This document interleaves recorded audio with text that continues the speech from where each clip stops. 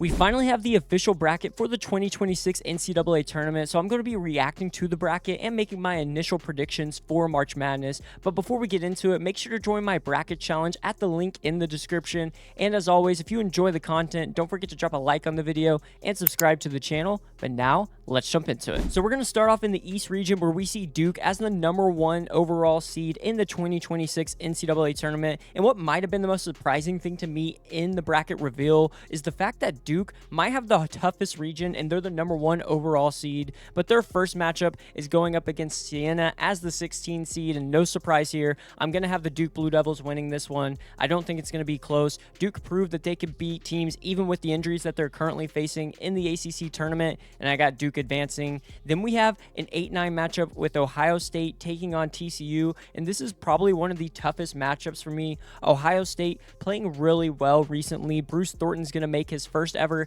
NCAA tournament. You also have guys like John Mobley, Devin Royal, Tilly in the interior as well, and I really like what I've been seeing from Ohio State, and they came up just short in the Big Ten tournament. And then you got a TCU team that's been playing extremely well as of late. David Punch is a name that you might not know, but you need to, because I think he's primed for a big NCAA tournament. You also have guys like Edmonds, Harding there for the point guard position as well for TCU, and I think TCU is a bit underrated, and I really wish these two weren't matching up with each other because I think both of them could go on a run, but I'm going to be picking the 9/8 with the Horned Frogs advancing in this one. Then we have St. John's going up against Northern Iowa in our first 5 vs 12 matchup, which is a matchup that has been heavy in upsets, but in this one, I got St. John's winning. Northern Iowa, I really like them out of the Missouri Valley, but St. John's dominance that they showed in the Big East tournament is just making it hard for me to not pick them in this first round matchup. Then we have Kansas going up against Cal Baptist. Cal Baptist coming back and winning their conference tournament. Dominique Daniels is a name that you need to know for the Lancers.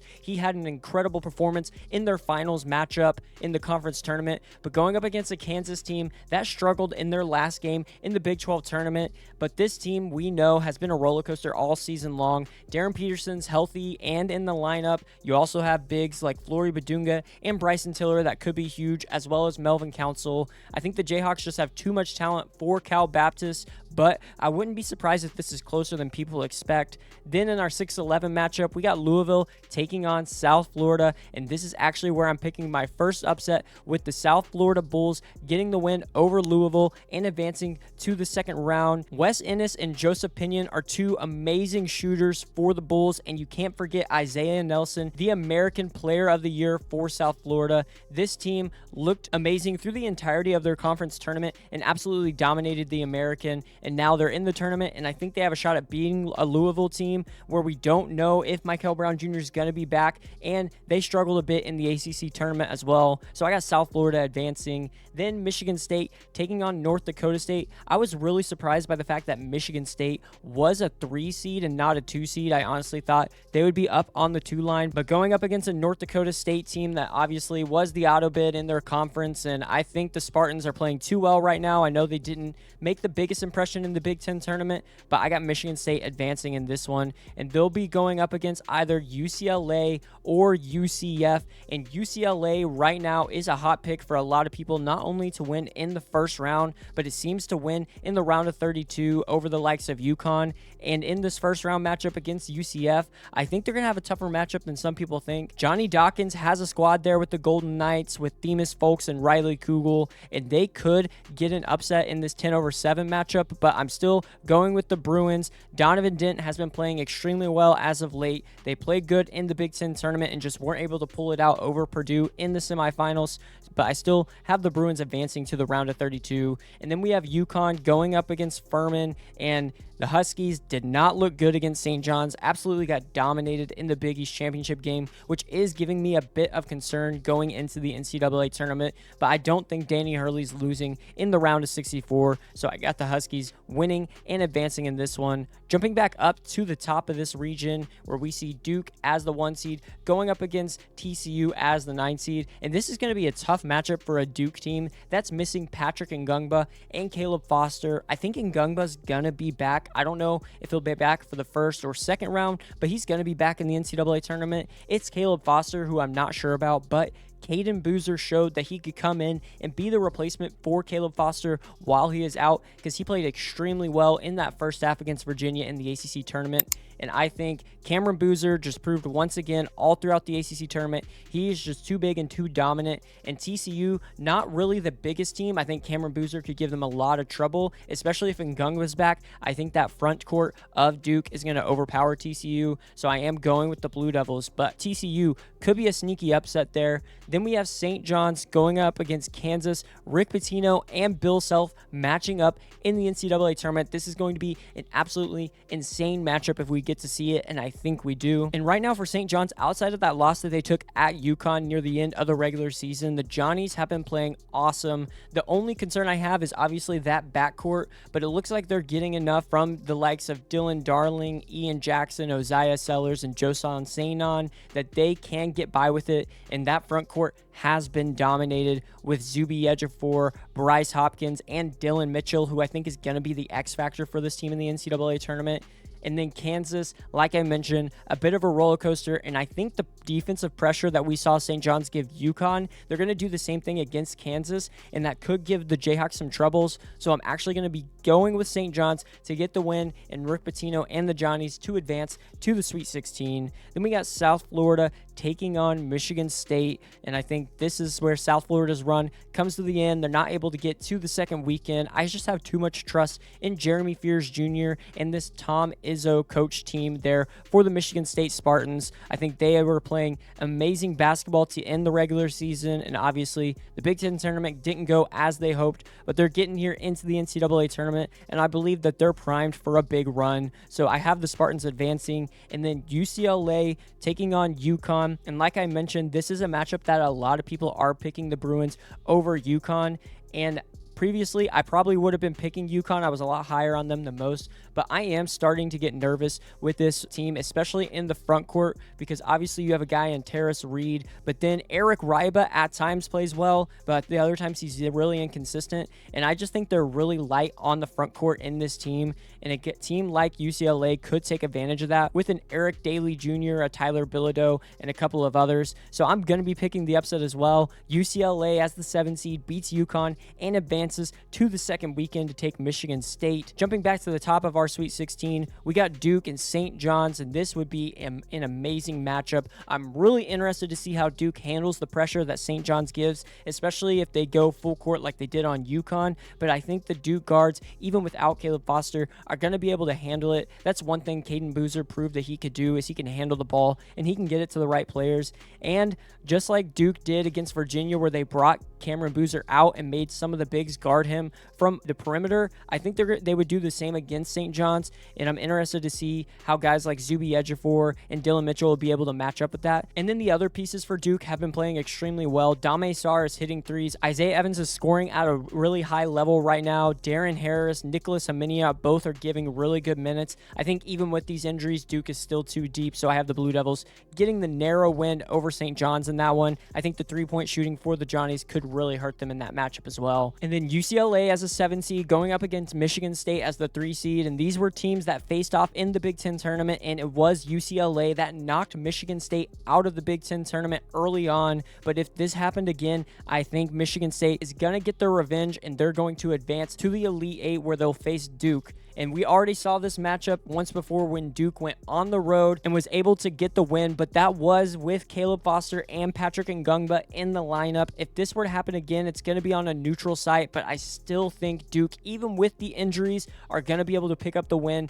Cameron Boozer, the most dominant player in college basketball right now, and the National Player of the Year to me. I think Duke just has too many weapons, and they're going to be advancing to the Final Four. But moving on down to the South region, we have Florida as our last #1 overall seed, and I was really interested to see who would get that seed. I thought it would be Florida, with UConn and Houston both losing in their conference championships, but we have it confirmed. The Gators are the #1 seed, and they're going to be taking on either Prairie View or Lehigh. And just like Duke, I don't think the Gators have any issues with either of these teams, and whoever advances from that 16 seed game is going to lose to the Gators in the first round. So Florida advances to the round of 32. They're taking on either Clemson or Iowa Clemson was able to get a big win over North Carolina in the ACC tournament, but then got stopped by Virginia, going up against an Iowa team that has been struggling to end the regular season. And with this team, it's really Bennett Sturts and then everyone around him, as he is the engine that makes this team go. But a similar team in the Drake Bulldogs that had Ben McCollum and Bennett Sturts last year with the same philosophy was able to pick up a win in the first round, and I think the Iowa Hawkeyes do just that. I just am not that big of a believer in Clemson right now,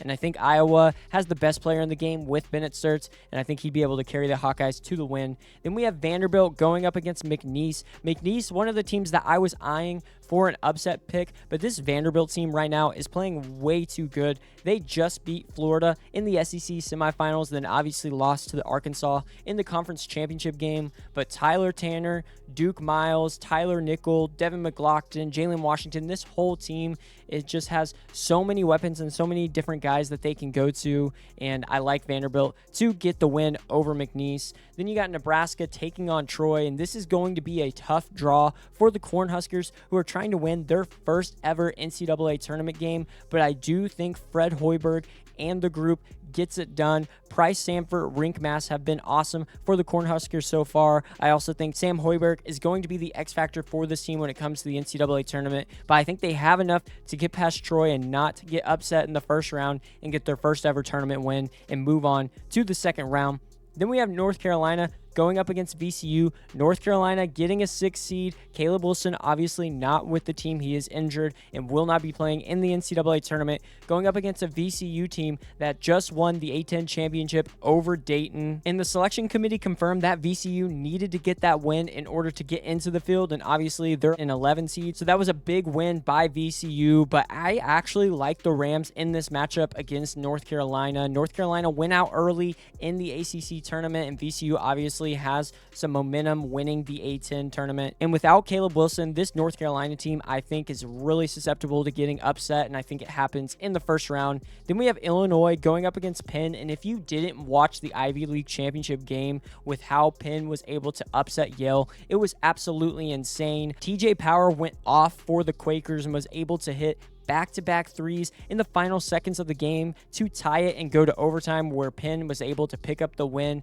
and upset the Yale Bulldogs. But they're going up against an Illinois team that is the #1 offense in the entire country, according to KenPom. And I know this defense has been shaking as a little bit, but when you have an offense like that and you have dynamic guards like Keaton Wagler, Andrea Stojakovic, and Kylan Boswell, as well as bigs like the Avicic brothers and David Mirkovic, I just think this team has too many weapons and they're going to be too big for a Penn team out of the Ivy. So I have Illinois advancing. Then we have St. Mary's going up against Texas A&M. Texas A&M getting a 10 seed. I thought they might drop back to the 11, but the Aggies were, looks like, safely in the field, going up against the St. Mary's team that I actually have liked more and more down the stretch. I know they lost in the WCC semifinals to Santa Clara, but you have really good playmakers in Dent and Lewis there in the backcourt, and then obviously a guy in Paulius Morauskas. They also have pretty good size that could help them going up against Texas A&M, and we know Randy Bennett coach teams are really disciplined, and when you're going up a team like Texas A&M that plays buckyball, which is just all over the court on the defensive end, I think you're going to need to be disciplined, and St. Mary's is one of those teams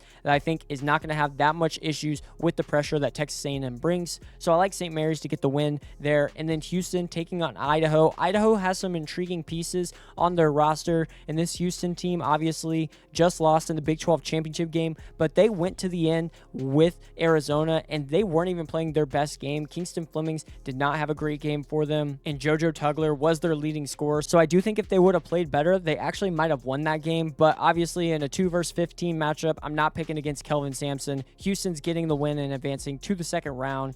But moving on to the second round, where we have Florida taking on Iowa in our first matchup, and I think Florida, the front court's just going to be too dominant in this one. As long as someone is able to lock up Bennett Sturts, I think Florida is going to have their way with Iowa, and I have the Gators by a lot in that matchup as they advance to the Sweet 16. Then Vanderbilt going up against Nebraska, and this is going to be a really good matchup. Vanderbilt was a team that I thought could get a 4 seed. I think they dropped back to the 5 line with Arkansas jumping them, as Arkansas is now a 4 seed after winning the SEC tournament. But with their metrics, both the resume metrics and the predictive metrics, this team very well could have been a 4 seed. And honestly, the same goes for Nebraska, who very well could have been a 3 seed.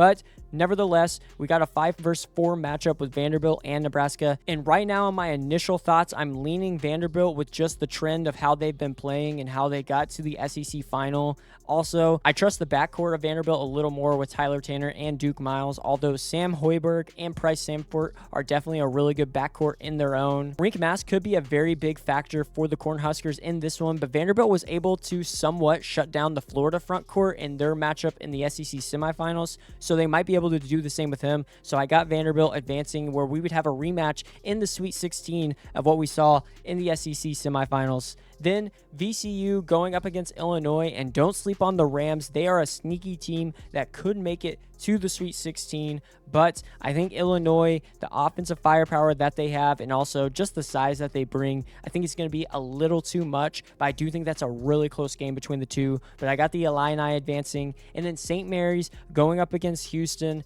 This would be a really slow, grinded out win, as both of these teams obviously are best on the defensive end, but I think both of these offenses are better than they have been in years past. But when it comes down to it, Houston has a guy in Kingston Flemings, as well as the experience with Emmanuel Sharp, JoJo Tugler, and Milos Uzan, and I like the Cougars for that fact to get the win and advance to the second weekend. But starting off in the Sweet 16, as I mentioned, we have a rematch of Florida taking on Vanderbilt, and Vanderbilt was able to get the win in their last matchup in the SEC semifinals by 17 points and just absolutely dominated for the majority of that game. But if we got a rematch, we've seen Florida beat Vanderbilt on the road before, and I think Florida would be able to do that. I think Todd Golden's squad would be motivated. They would know what needs to happen, and they shot horribly against Vanderbilt. I think the three-point shooting is going to trend back up as it did all season long, and so I'm going with Florida to get the win in this one and advance to the Elite Eight. But I will say I am more concerned than I once was with what I saw from Florida in the SEC tournament. Then we have Illinois going up against Houston, and in this one, I think this is going to be an incredible matchup. And to be honest, I think Illinois has the higher ceiling, but I'm going to trust Kelvin Sampson and the Houston Cougars. If they can play Arizona as close as they did in the Big 12 championship without having their best game, I'm just thinking what they're going to be doing in the tournament, and if they're able to turn it on, I think this Houston team is going to get to the Elite Eight, where they're going to match up with Florida in a rematch of last year's national title. And this year, I think it might be the same. Florida's front court, I know I keep saying it, but they have been dominant all season long, and outside of that Vanderbilt game that they just had, this team has honestly probably been the hottest team in this calendar year, or at least over the past month or so.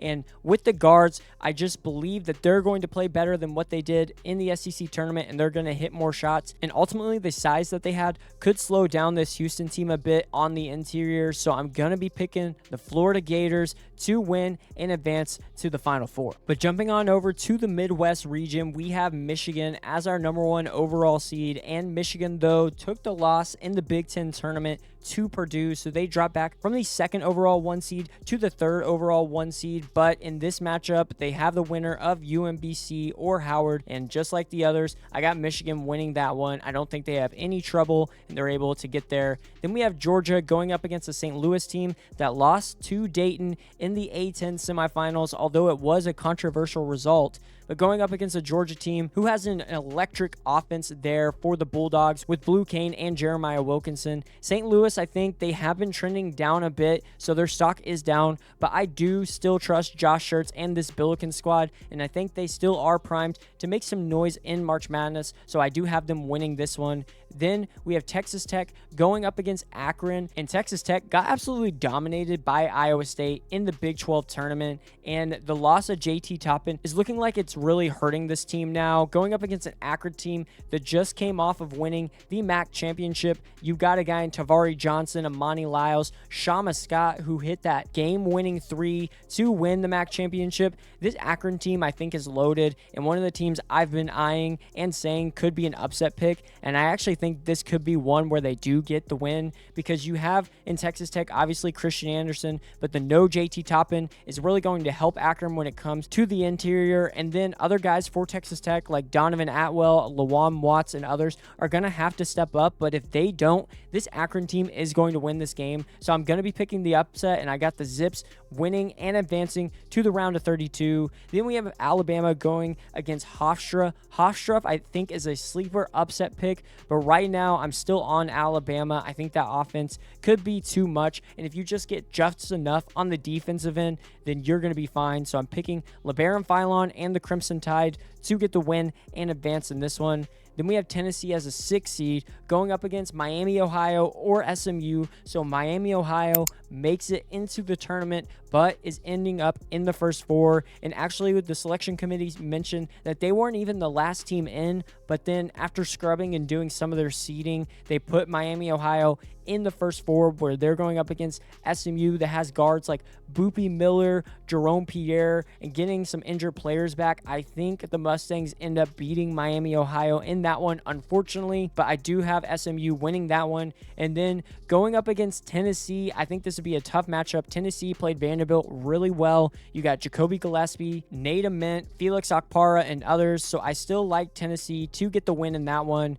And then Virginia going up against Wright State. Virginia, I was a little nervous about them matching up with Duke because of what we saw last time when they went to Cameron Indoor and got absolutely blown out by the Blue Devils. But that Virginia team fought hard and almost was able to pull out the win over the Blue Devils in the end, but it was Cameron Boozer that just turned out to be a bit too much for this Virginia team. But right now, I'm really high on what Ryan Odom and this Cavaliers team has been doing, and I think they can go deep in this tournament. So I have Virginia getting the win over Wright State. And then in our 7 versus 10 matchup, we got Kentucky going up against Santa Clara. And Kentucky matched up extremely well with Florida in the SEC quarterfinals, and they actually were in that game. But the front court just proved to be too much for the Wildcats. But they're going up against a Santa Clara team that is completely different, not necessarily known for having a dominant front court like Florida, but obviously has really solid pieces all around. I think this could be a really close matchup, but I am going to be picking Kentucky to get the win. I just think they're the more talented group,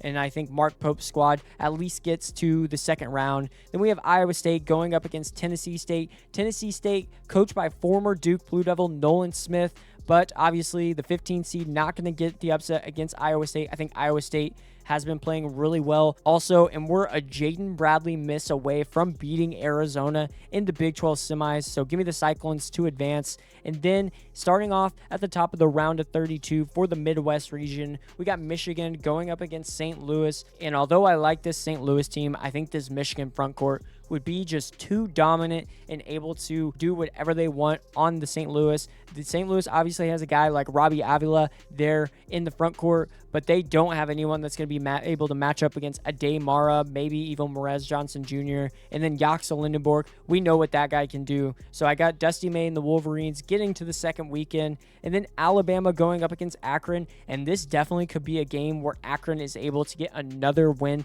and advance to the second weekend out of the MAC if Alabama is not able to hit their shots. But I do think Alabama does hit their shots, and then I trust this backcourt a little more with LeBaron Philon, Aiden Holloway, and Latrell Wrightsell. And as long as that front court can lock up Amani Lyles for Akron and just limit them a bit, I think Alabama is going to get the win. Next, we have Tennessee taking on Virginia, and this is definitely going to be one of the best defensive teams Virginia has gone up against, but they just played a Duke team that is one of the top defenses in the entire country, and I would probably put them above Tennessee in that department. So I think Virginia is definitely capable of playing well against a defense like the Volunteers. And then on the offensive end, I definitely prefer Virginia. I think they're able to do a lot of things both inside and out, because down low you got a guy like Tice DeRitter, Johan Grunlow, Onyetsu, who had a huge game against Duke and was able to lock down Cameron Boozer at times. Then obviously on the outside, you have Chance Mallory, Dallin Hall, Jakari White, Malik Thomas, and more.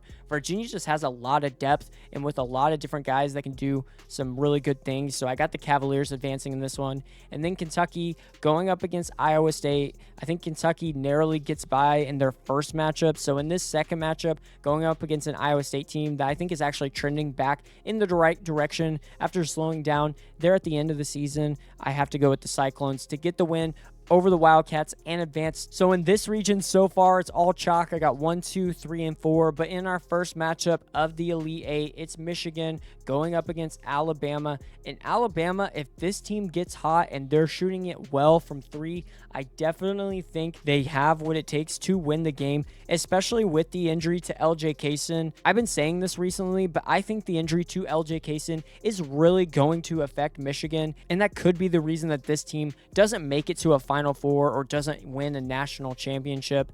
But Alabama, they're just not consistent enough, and I don't trust that they're going to hit and be hot from deep 3 games in a row. So I am going to be picking Michigan to advance to the Elite Eight, and then Virginia going up against Iowa State. I think both of these teams are playing really well right now. Both of these teams had 1 seeds on the ropes and almost got the wins in their respective conference tournaments.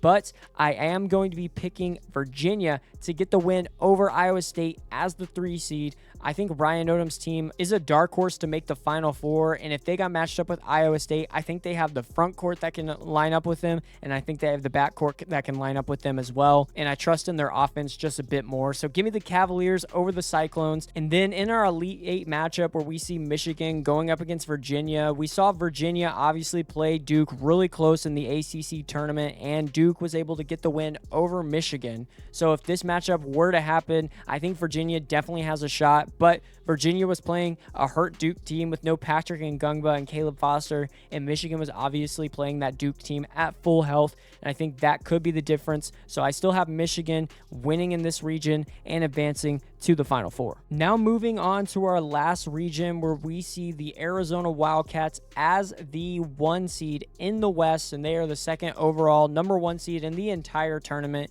And in their first round matchup, they're going up against Long Island, and although Fins Up is really cool, I don't think they're getting the win. Arizona too dominant in the front court for Long Island, and I got Arizona advancing to the 2nd round. Then we got Villanova going up against a Utah State team that stayed as a 9 seed, even though they just won the Mountain West tournament. Maybe they were a 10 seed before. I had them a bit higher. And the Villanova team has been struggling recently, got out early in the Big East tournament. I like what Utah State does a bit more. I also think Mason Falslev is going to be a really big piece for this Aggies team and could have a big March. So I have the Aggies getting the win over the Wildcats and advancing in that one. Then Wisconsin going up against High Point. This is another game that some people have where it's an upset for High Point, and I do like the Panthers. But this Wisconsin team, they almost were able to get their 2nd win over Michigan in the Big Ten semifinals, but Yaxel Lindenborg obviously hit that game-winning shot. They have one of the best backcourts in the entire tournament with Nick Boyd and John Blackwell, and I think Greg Gard's team is just doing a bit too much well right now for the High Point Panthers, so I'm sticking with Wisconsin to get the win. Then we got Arkansas going up against a Hawaii team that just clinched and got the auto bid out of the Big West. Arkansas, though, has a guy by the name of Darius Acuff who continues to solidify himself as one of the best guards in the entire country. And at this point, maybe we should just say he is the best guard with what he's doing, both scoring the ball, but also facilitating it. He has made this team better in so many different ways. Malik Thomas is also playing better for this team. Trevin Brazil just had an amazing game in the SEC championship against Vanderbilt. This Arkansas team is trending in the right direction right now, and whatever John Calipari is doing, he's got this team rolling, and their depth scares me a bit. But besides that, I'm all in on the Arkansas Razorbacks right now. So give me them to advance in this one to the 2nd round. Then we got BYU going up against Texas or NC State. And NC State being in the first 4 was a bit surprising for me, but they definitely have struggled down the stretch. And it seems like that was one of the big reasons why they ended up on the 11 seed line and then obviously entered into the first 4 in Dayton. And whoever comes out of that matchup, I think has a really good shot of beating BYU just without Richie Saunders. Cougars haven't been the best, but if I had to pick between Texas and NC State, I'm going to be picking NC State in that one. I think they just have a bit more talent than Texas in that offense. If it gets going, I think Texas is going to have a tough time keeping up. So I'm going with NC State to win in that first 4 matchup, but then going up against BYU, AJ DeBansa went off in the Big 12 tournament, getting BYU some big wins in the Big 12 tournament, but obviously coming up short. But with the way he's playing right now, I'm just going to trust the fact that he is going to be able to get his team at least one win in this NCAA tournament. Robert Wright, another big piece for them. Kennard Davis has been looking better as well. I think they have the pieces if the guys around him step up. So I'm going with AJ Debanza and the Cougars to get the win. Then we have Gonzaga going up against Kennesaw State. The Zags showed me something in the WCC tournament, winning it over Santa Clara in that championship game. And if a guy like Mario St. Superi can shoot like he did in that championship game against Santa Clara, watch out. I think we might be sleeping on the Zags. And they're going up against a Kennesaw State team. That was the auto bid. I just don't think they have enough, and they're not going to be able to keep up with a guy like Graham Ike. So I got the Zags moving on in that one. Then for our 7 versus 10 matchup, we got Miami going up against Missouri. And a lot of teams I think Missouri could give trouble to, but Miami's got a really good big of their own in Malik Renew. And then obviously a front court lockdown defender in Ernest Uday right beside him. Then you have the guards of Trey Donaldson, True Washington, and the freshmen of Shelton Henderson and Dante Allen. And this team has a lot of really good pieces, and I like what Jay Lucas has done in his first season. So I got the Hurricanes advancing, and then Purdue going up against Queens. Purdue jumping up to the 2 seed. Some people had them as a 4 seed going into it, but winning the Big Ten tournament seems to have really helped the Boilermakers. And with what they just did against Michigan, I'm back on the Purdue train. I think this team can do some really good things. They were the preseason #1 team in the country for a reason, and this team, they have the experience, the guys making it to the national title game. They got a guy in Braden Smith who is bound to break the career assist record in college basketball. Trey Kaufman-Renn looks awesome on the offensive end, and it seems like Oscar Clough has gotten even better as well. Give me Purdue in this matchup, and I think the Boilermakers might be in for a big March. But going back to the top where we see Arizona and Utah State as our first matchup in the round of 32, I think the front court for Arizona is going to give Utah State too much trouble. They also have the Big 12 Player of the Year in Jaden Bradley and a 5-star freshman in Braden Burries. I just think there's too many pieces of this Arizona team that Utah State's not going to be able to stay with. So I got Arizona advancing. Then in our next matchup, we got Wisconsin going up against Arkansas. I think this would be two of the best backcourts in the entire tournament going against each other, with John Blackwell and Nick Boyd for Wisconsin, and then Darius Acuff and Malik Thomas for Arkansas. But what I've been seeing from this Arkansas team going on to win the SEC tournament, they're trending in the right direction. I think Coach Cal is going to have this Arkansas team go on another deep run in March. And they say that guards win in March, and when you have a guard like Darius Acuff, you're definitely going to have a shot to win each and every game. Also, I think the determining factor in this one, though, ultimately is not only Darius Acuff, but I do like Arkansas's front court a bit more, especially Trevin Brazile. He's been big lately for this Razorbacks team, and I think he's going to help carry them over the line against the Badgers. So give me Arkansas to advance in this one. Then we got BYU going up against Gonzaga. I got Gonzaga winning this matchup. I think BYU ceiling is just getting one win. I don't know if they can get two, just with the injury to Richie Saunders. And then Gonzaga, like I mentioned, I think we might have been sleeping on them, and if they can get a Braden Huff back in this round of 32, I'm not 100% certain that he's going to be back at all, but if they can somehow get him back before the second weekend, I think that tremendously changes the Zag ceiling, and they could be going even further than we expect. But I do have Gonzaga advancing to the Sweet 16 regardless of whether or not Braden Huff is in that lineup. And then Purdue going up against Miami. Miami has had a great first season under Jay Lucas, but this is where it comes to the end. The front court of Purdue of Trey Kaufman-Renn and Oscar Clough, I think, are just better than Malik Renew and Ernest Uday. And then that backcourt, you got Braden Smith, you got Fletcher Lawyer, and then you got a lot of other guys that can fill in that third piece. Purdue is playing awesome right now. Obviously just won the Big Ten,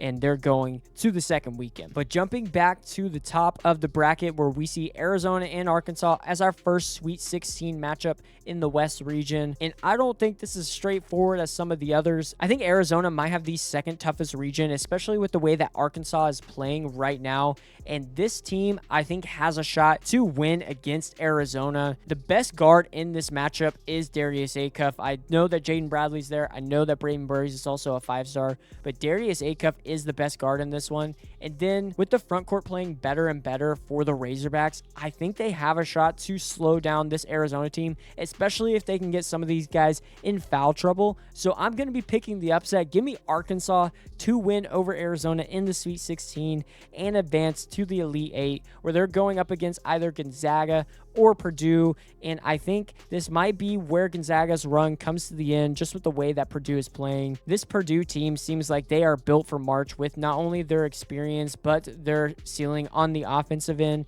And I think that's going to get them past the Zags. So I have Purdue outscoring Gonzaga in this one and making it to the Elite Eight, where they'll be matched up against Arkansas. And honestly, for me, this game is 50-50. Two of the best guards in the country going at it with Darius Acuff and Braden Smith. You have really good supporting pieces in the backcourt with Fletcher Loyer and Malik Thomas. I think my biggest question is Fletcher Loyer going to be hitting his shots or not? When Fletcher Loyer is on, this Purdue team is tough to beat. When he is off, that is when they're most susceptible. But Purdue gets more scoring from their front court, I believe, in this matchup. I think Trey Kaufman-Wren has the edge over Trevin Brazil just slightly, and then you got a guy like Oscar Clough who's trending in the right direction. So I do think it's a really close one, but I am going to be picking Purdue to get the win over Arkansas just slightly and advance to the Final Four out of the West. But moving on to our Final Four, we have Duke versus Florida and then Purdue versus Michigan. So I got 3 1 seeds and a 2 seed. I know it's chalky, but the way these teams have been playing and just how dominant they've been, it's hard for me to get away from them. But in our first matchup, it's Duke taking on Florida, and this is a rematch of what we saw earlier in the season when Florida went on the road to Duke and lost by just 1 point inside Cameron Indoor. But now this one is on a neutral court in Indianapolis, but you have one team coming off of a conference championship in Duke, and then another team coming off of a loss in the conference semifinals in Florida. And I think the biggest determining factor for me is whether or not Patrick Ngungba is in this game. Obviously, Caleb Foster would love to have him back, but I think that's highly unlikely. But Patrick Ngungba is the one that I do think will be back, and as long as he's back, I do think it might be Duke that gets the win once again over the Gators, and it's because this team has a guy in Cameron Boozer. He has been the most dominant player in all of college basketball all season long, and just consistently makes this team better, not only by scoring, but making the others around him better. And if Florida doesn't shoot the ball well from deep, then I think they might be in trouble in this one. So I am going to be picking Duke to get the win over Florida in what would be another close one. But then on the other side, we got Purdue and Michigan, a rematch of what we just saw in the Big Ten Championship. And I think this could go either way. Michigan, this could be where the loss of LJ Kaysen really hurts them, because they don't have another guard like Elliot Cadeau, Trey McKinney, and Namari Burnett. But if those guys are playing solid, then it won't be an issue. But obviously, going up against a Purdue team that would have the best guard in the game in Braden Smith. And in that Big Ten Championship game, the Michigan front court wasn't as dominant as we were accustomed to it being, especially in their previous matchup when Michigan went to Purdue and asserted their dominance from the opening tip. But I think at the end of the day, if this team is going to play for a third time, I am thinking Michigan is going to get at least 2 out of 3 of these. So give me Michigan to get the win over Purdue and advance for a rematch against Duke. And if we got the rematch, I do think this would be one of the best games that we could ask for in the national championship. You have Cameron Boozer going up against Jaxa Lindenborg, 2 conference players of the year and 2 national player of the year contenders.